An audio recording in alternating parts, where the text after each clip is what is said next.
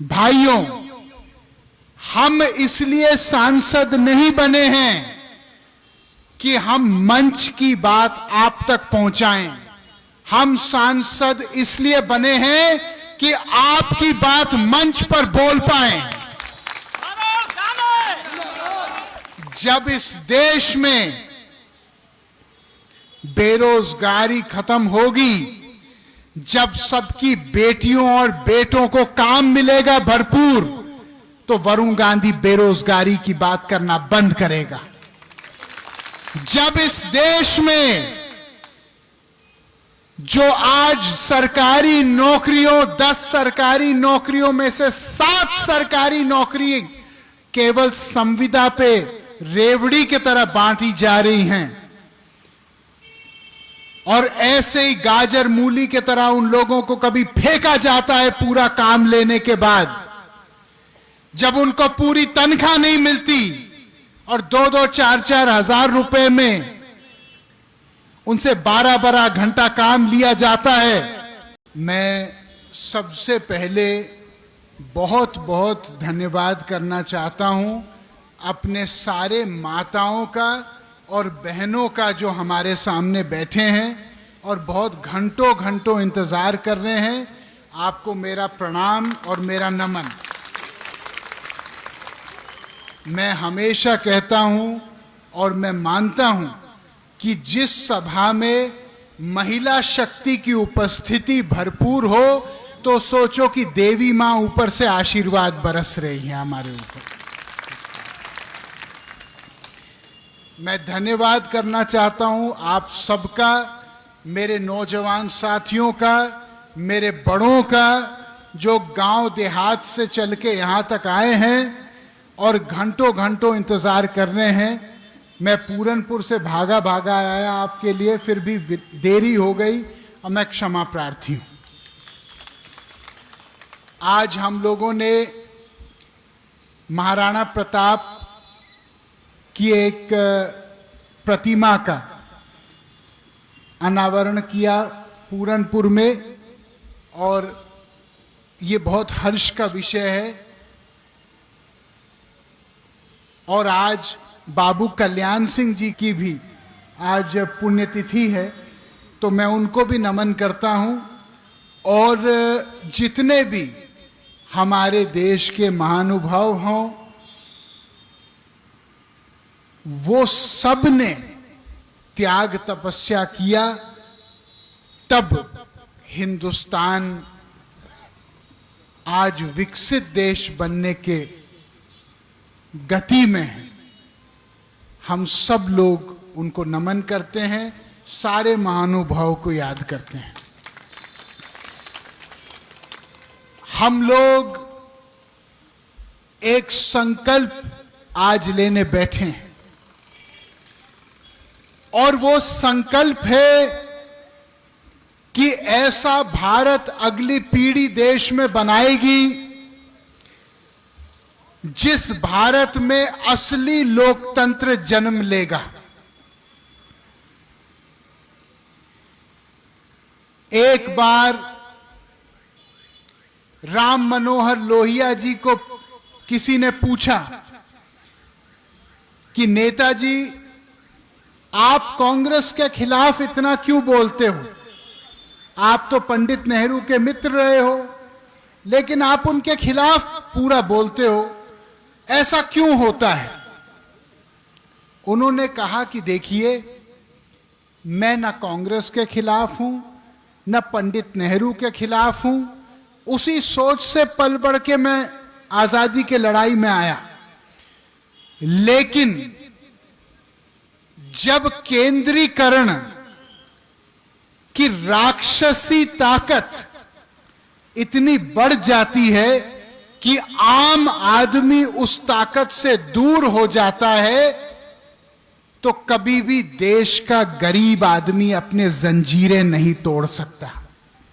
भाइयों, हम इसलिए सांसद नहीं बने हैं कि हम मंच की बात आप तक पहुंचाएं। हम सांसद इसलिए बने हैं कि आपकी बात मंच पर बोल पाएं। जब इस देश में बेरोजगारी खत्म होगी, जब सबकी बेटियों और बेटों को काम मिलेगा भरपूर, तो वरुण गांधी बेरोजगारी की बात करना बंद करेगा। जब इस देश में जो आज सरकारी नौकरियों 10 सरकारी नौकरियों में से 7 सरकारी नौकरी केवल संविदा पे रेवड़ी की तरह बांटी जा रही हैं, और ऐसे ही गाजर मूली की तरह उन लोगों को कभी फेंका जाता है पूरा काम लेने के बाद, जब उनको पूरी तनख्वाह नहीं मिलती और 2-2, 4-4 हजार रुपए में उनसे 12-12 घंटा काम लिया जाता है, तो वरुण गांधी अगर ये नहीं बोलेगा तो फिर इस राष्ट्र का झंडा उठाने का संकल्प मैंने कैसे किया अपने हाथ में। अगर हम लोग भ्रष्टाचार के खिलाफ बोलते हैं, क्योंकि हम मानते हैं कि ईमानदारी और राष्ट्रभक्ति ये दोनों सगी बहनें हैं। अगर ईमानदारी नहीं होगी तो राष्ट्रभक्ति भी नहीं हो सकती। जो लोग कमीशन खाते हैं, जो लोग पहले कच्चे मकान में रहते थे, फिर जनप्रतिनिधि बनने के बाद अरबों के महल बना रहे हैं, जो कॉलोनियां काट रहे हैं, जो लोगों का हक छीन रहे हैं, अगर वरुण गांधी आवाज नहीं उठाएगा तो क्या ये लोग आवाज उठाएंगे? मैं राजनीति में इसलिए नहीं आया क्योंकि राजनीति एक पेशा है, ना मैं राजनीति में कुछ बनने आया। मैं राजनीति में आया तो इस मिट्टी की खुशबू जो मुझे लगती है, इसका मान सम्मान बढ़ाने के लिए मैं आया हूं। मैं इसलिए आया हूं ताकि अगर कोई माय का लाल हिंदुस्तान को अंदर से दीमक की तरह खा रहा है, तो हम नाम लेके और उसका काम लेके भी बोलेंगे और डंके के चोट पे बोलेंगे। हमारे देश में आपके बाप दादाओं ने, आपके मां और दादियों और नानियों ने अपने कंगने बेच दिए। इस देश की आजादी की लड़ाई में अपनी हड्डियां तोड़वा दी, जेल की सजा काटी, सब कुछ अपना दांव पे लगाया, तब हमारा देश जाके स्वतंत्र हुआ। आज केवल हम हिंदुस्तान पाकिस्तान के क्रिकेट मैच पे ताली बजाएं, यह हमारी देशभक्ति नहीं हो सकती। देशभक्ति हमारी तब होगी जब हम अपना सब कुछ दांव पे लगाने के लिए तैयार हों इस देश के लिए। आज मैं आपसे पूछना चाहता हूं, कितने लोग यहां पे हाथ उठाइए, कितने लोग यहां पे इस देश को प्यार करते हैं? हाथ उठाइए। कितने लोग अपने बच्चों को प्यार करते हैं? अपना हाथ उठाइए। अब मैं एक बात आपसे पूछना चाह रहा हूं, आज जब आप गरीबी देखते हैं, आप बेरोजगारी अपनी पाते हैं, आप अपने बढ़ते हुए इलाज के दाम को देखते हैं, आप अपने बच्चों की बढ़ती हुई स्कूल फीस को देखते हैं, आप दूध के, दही के, सब्जियों के, फलों के बढ़ते हुए कीमत को देखते हैं, तो क्या आपको नहीं लगता आपके इस बेटे वरुण गांधी को इनके खिलाफ आवाज उठानी चाहिए कि नहीं उठानी चाहिए? भाइयों, जब मैं राजनीति में आया तो मैं एक शंकराचार्य महाराज के पास गया। मैंने उनके चरण छुए। मैंने कहा, महाराज कुछ हमको ऐसा बताइए कि आजीवन हम लोग इसको गांठ बांध करके अपनी राजनीति का नींव बनाएं। उन्होंने केवल 2 लाइनें बोली। उन्होंने कहा, एक बेटा, दूसरों के हमेशा काम आना, और दूसरा बोले कि सच्चाई के मामले में कफन बांध के हमेशा चलना। उन्होंने कहा कि तुमको मैं आशीर्वाद इसलिए नहीं दे रहा हूं कि तुम एक सांसद, मंत्री ये सब बनो। तुमको मैं आशीर्वाद इसलिए दे रहा हूं कि इस देश में जहां भी अन्याय और जब भी अन्याय होगा, तुम उसके खिलाफ एक क्रांतिकारी बन के बोलोगे। हमारे बाबा जी बैठे हैं यहां पे, प्रणाम करता हूं बाबा जी आपको। एक तो बाबा जियों को हमने पाल दिया, अभी इनको देख के दूसरे बाबा जी भी आ गए कि हमारा नंबर भी कहीं ना आ जाए। क्या गलत कह रहे हैं? कह रहे भाई 1-2 बाबाजियों का नंबर लग गया, हो सकता है हम मीटिंग में आए कल हमारा भी लग जाए नंबर। जय हो बाबा जी आपकी। इनको अभी से माला पहना दो भैया। भाइयों, मैंने इस बार संसद में एक निजी विधेयक सदन के पटल पे डाला है, जिसको कहते हैं भरोसा भारतीय रोजगार संहिता, जो सरकार से ये मांग कर रहा है सार्वजनिक रूप से कि आज 1 करोड़ से ज्यादा सरकारी नौकरियां खाली पड़ी हैं। प्रधानमंत्री जी ने अपने भाषण में कहा कि मैं हर साल 10 लाख नौकरी दूंगा। मैं प्रधानमंत्री जी को धन्यवाद देते हुए यह कहना चाहता हूं कि आदरणीय, 10 लाख नए नौकरी पैदा करने तो बाद का विषय है। पहले जो 1 करोड़ सरकार में खाली पद पड़े हैं, उनकी भरपाई तो कीजिए, ताकि आने वाले समय में जो 5 लाख, 2 लाख, 50,000 धीरे धीरे धीरे बेरोजगारी खत्म हो। इससे अच्छा कि सरकार बड़ा ऐतिहासिक फैसला लेके बेरोजगारी एक क्षण में उसको परास्त करे।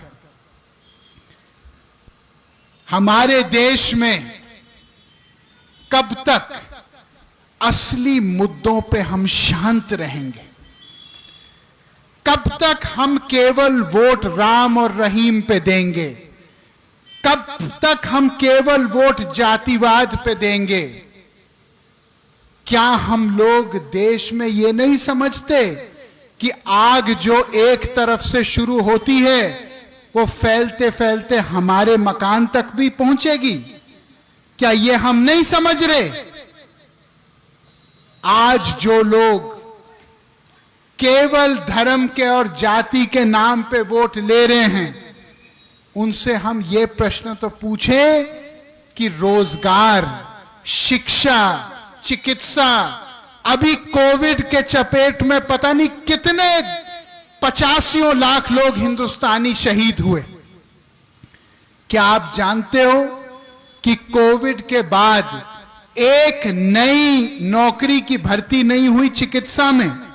एक नया डॉक्टर की भर्ती नहीं हुई, एक नया कंपाउंडर की भर्ती नहीं हुई, एक नए नर्स की भर्ती नहीं हुई। अगर कल कोविड भगवान ना करे फिर आ जाए देश में, तो किसकी जिम्मेदारी होगी? बताइए, मैं सही कह रहा हूं, मैं गलत कह रहा हूं?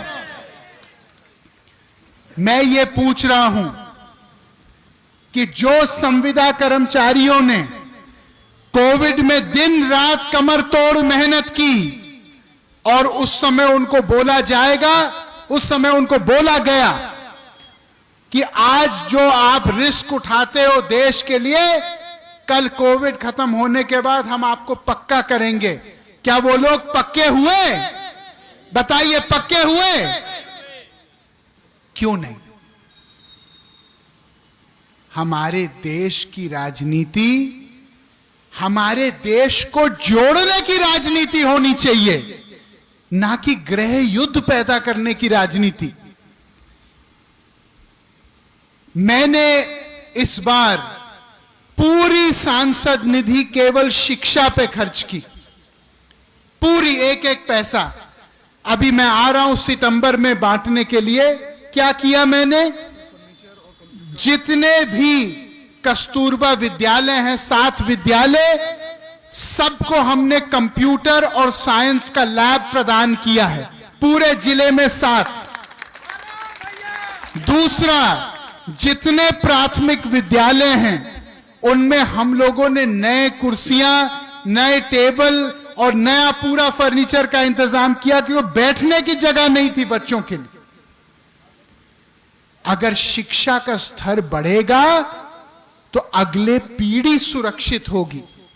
अगली जो मेरी सांसद निधि है, मैं केवल चिकित्सा पे, स्वास्थ्य पे खर्च करूंगा, क्योंकि ये वो चीजें हैं जो पीलीभीत के काम तब भी आएंगे जब वरुण गांधी रहेगा या नहीं रहेगा। हमको राजनीति नहीं करनी है जो लोगों को दबाए, हमको राजनीति करनी है जो लोगों को उठाए। ताकत वो नहीं होती जो लोगों को दबाने के लिए इस्तेमाल की जाती है, ताकत वो होती है जो लोगों को उठाने के लिए इस्तेमाल होती है। आज हमारे देश में कितनी भीषण समस्याएं, किसान की समस्याएं देख लीजिए। इस साल कितनी कम बारिश हुई। क्या मैं सही कह रहा हूं कि मैं गलत कह रहा हूं? आज मुआवजा उन किसानों को क्यों नहीं मिला अभी तक? कभी किसान कोविड में मारा जाए, कभी भूकंप में मारा जाए, कभी ओलावृष्टि में मारा जाए, कभी आड़ती में मारा जाए। आज पानी नहीं बरस रहा, साधन नहीं बने आज तक सिंचाई के। किसान इस समय कितने बड़े संकट में है। कोई टीवी चैनल दिखाने को तैयार नहीं, कोई अखबार लिखने को तैयार नहीं। केवल क्या लिख रहे हैं? हिंदू मुस्लिम, जाति पाति, तोते के तरह। भाई को बांटो, भाई को काटो। ये राजनीति हम होने नहीं देंगे। हम लोग वो राजनीति का बीज डालेंगे आपके सीने में, जिस राजनीति से आपका और आपके बच्चों को फायदा मिले। किसी दूसरे को नीचे के दिखाने से आज तक कोई आदमी बड़ा नहीं हुआ। लेकिन हां, मैं ये पूछना चाहता हूं कि आज पीलीभीत में कितने छोटे व्यापारी जिनको कोविड के बाद और नोटबंदी के बाद लोन उठाने पड़े। कितने किसानों को लोन उठाने पड़े। मैं आपको एक बात बताता हूं देश में। क्या आप जानते हैं कि हिंदुस्तान में अगर 100 रुपए लोन लिए जाते हैं बैंकों से, तो उसमें 90% पैसा केवल उद्योगपतियों को जाता है। 99% लोगों को मात्र 9, 9.5% लोन मिलते हैं।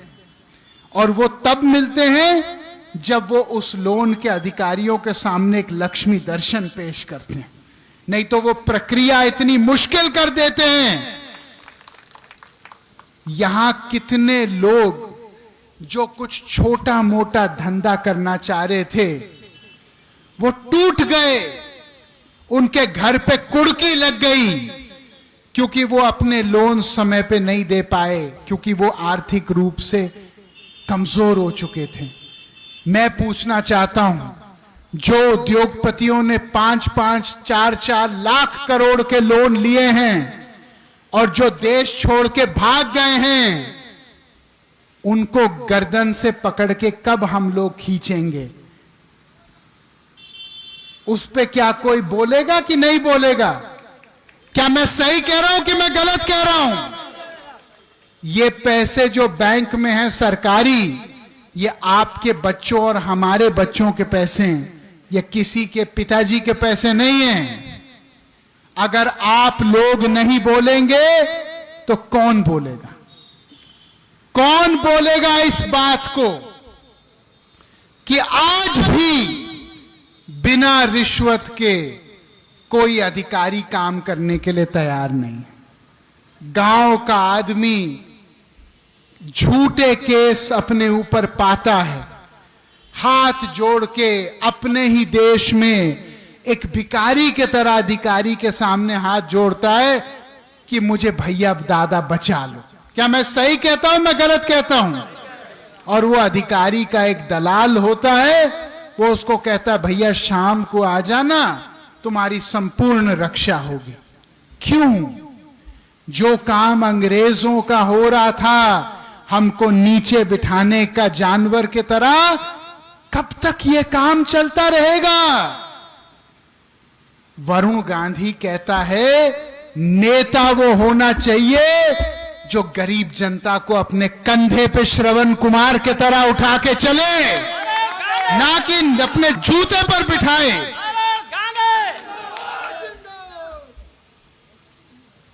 पुलिस की मैं बात ही नहीं करना चाहता,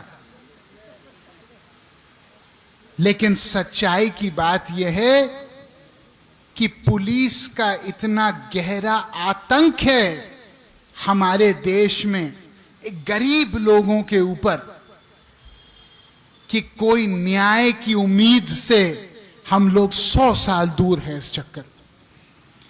कब आएगा वो समय जहां एक आम इंसान का बच्चा बड़ा सपना देख पाएगा, जहां एक आम इंसान का बच्चा ये कह पाएगा अपनी मां से कि मम्मी मैं बड़े होके प्रधानमंत्री बनूंगा, मैं बड़े होके सुप्रीम कोर्ट का जज बनूंगा, मैं बड़े होके ओलंपिक्स में मेडल जीतूंगा। आज मैंने एक स्टेडियम का उद्घाटन किया पूरनपुर में, जिसको हमने 8.5 करोड़ रुपए खर्च करके बनाया है। आप लोग जाके देखिए। मैं चाहता हूं जगह जगह ये स्टेडियम हम बनाएं। अमरिया में भी एक स्टेडियम बन रहा है आपके। जब मैंने उन बच्चों को देखा तो उन बच्चों ने मेरे से पूछा कि भैया क्या इसमें बड़े बड़े लोग के बच्चे ही खेलेंगे कि हमको भी मौका मिलेगा? मैंने कहा भैया मौका नहीं मिलेगा, मालिकाना हक मिलेगा स्टेडियम का। बैडमिंटन खेलो, टेबल टेनिस खेलो, कुछ भी खेलो, आओ मालिक के तरह आओ, हां इसकी हिफाजत करो। मैं एक ऐसे हिंदुस्तान के लिए काम कर रहा हूं जिसमें आपके बच्चों की इज्जत हो, जिसमें आपको किसी के सामने कभी झुकना ना पड़े, जिसमें आपको हाथ फहराना ना पड़े किसी के सामने। आप लोग शांत हो। मैं जानता हूं आप क्यों शांत हो, क्योंकि आपके मन में डर है। क्या मैं सही कह रहा हूं? आपके मन में भय है कि ज्यादा बोलेंगे कल हमारे ऊपर केस हो जाएंगे, हम ज्यादा बोलेंगे तो सप्लाई इंस्पेक्टर हमारी दुकान पे आ जाएंगे, हम ज्यादा बोलेंगे तो हमको अधिकारी बुला लेंगे अपने यहां कि भैया बहुत बड़ा नेतागर्दी कर रहे हो। भाइयों, अगर तुम्हारे ऊपर केस लदेगा, मैं वो केस मिटा के अपने ऊपर ले लूंगा, चिंता मत करो। हम जैसे लोग फांसी खाने के लिए पैदा हुए, फांसी खाने के लिए, गोलगप्पा खाने के लिए नहीं, फांसी खाने के लिए पैदा हुए हैं। हम लोग के लिए मुश्किल रास्ता ठीक है, अगर उस रास्ते से आपका रास्ता आसान हो। लेकिन अपनी आवाज उठाओ, अगर वरुण गांधी के खिलाफ आवाज उठाना है, आपका स्वागत है, उठाओ, लेकिन आवाज को अपने मेरे भाई शांत मत होने दो। अगर मौन हो जाओगे तो ये भारत का लोकतंत्र मौन हो जाएगा। अगर चुप हो जाओगे तो ये भारत की आवाज दब जाएगी। क्या इतने साल हमने आजादी के लिए लड़ा ताकि हम लोग डर के मारे लोगों के सामने चुप रहें? जब हमारे बाप दादाओं ने अंग्रेजों के गोलियां खाने से नहीं डरे तो हम ये मामूली एफआईआर से क्यों डर रहे हैं? भाइयों, मैं केवल इतना कहूंगा कि वरुण गांधी किसी पीलीभीत के बहुत बड़ी सेठ के घर कभी चाय पीने नहीं गए।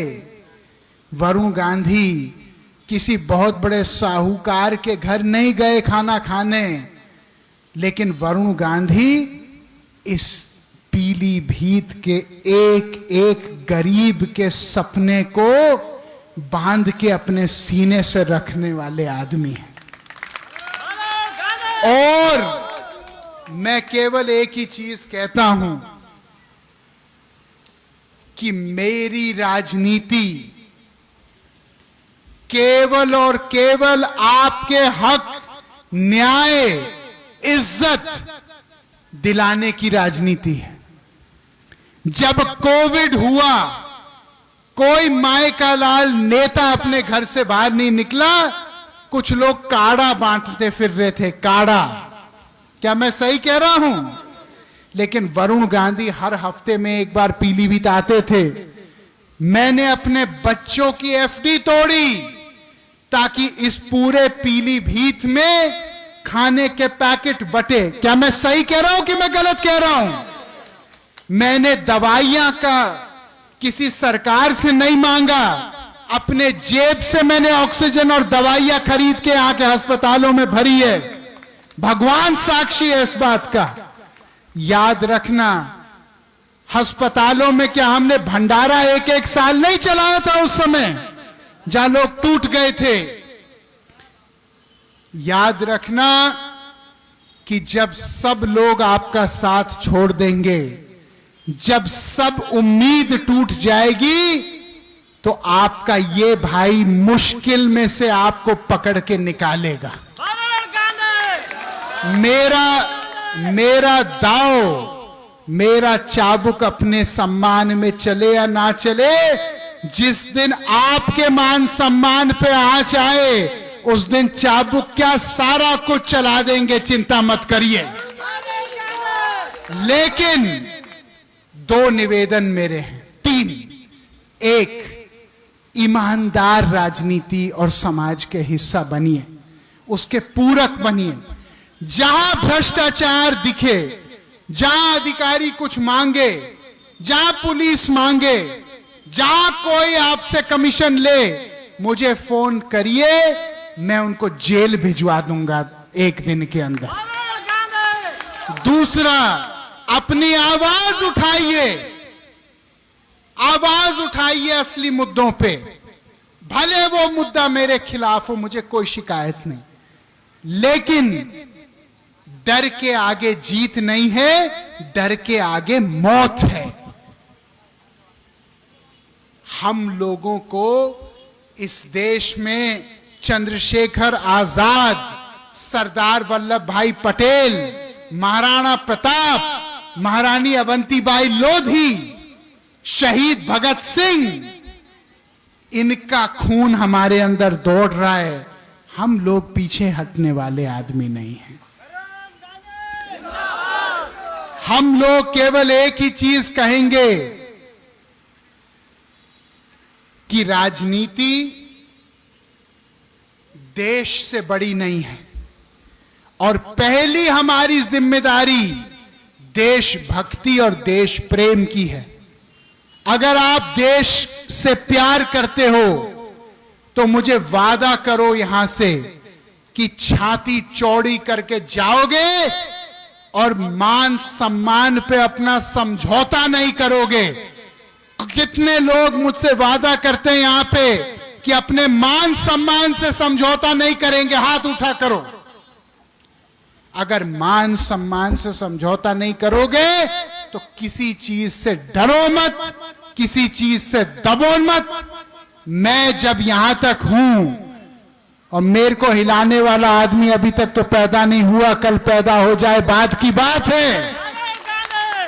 मेरे सारे लोग के ऊपर सुरक्षा कवच वरुण गांधी की है।